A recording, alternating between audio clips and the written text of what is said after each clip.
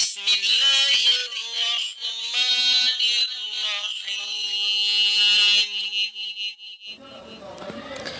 الرحيم. جی رسول اللہ صلی اللہ علیہ وآلہ وسلم اکثر یہ دعا کیا کرتے تھے۔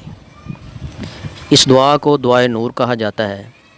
اللہم اجعل فی قلبی نوراً وفی بصری نوراً وفی سمعی نوراً وعن یمینی نوراً وعن یساری نوراً وفوقی نوراً وتحتی نوراً وامامی نوراً واجعل لی نوراً۔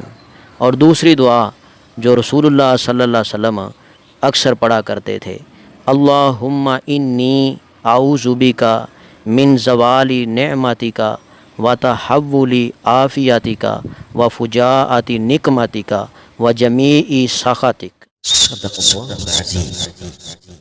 اگر آپ کو اس ویڈیو سے دینی فائدہ ہوا ہے تو حق بنتا ہے کہ آپ اس اسلامی چینل کو لازمی سبسکرائب کر دیں، لائک کریں اور کمنٹ میں اپنے خیال کا اظہار کرنا مت بھولیں۔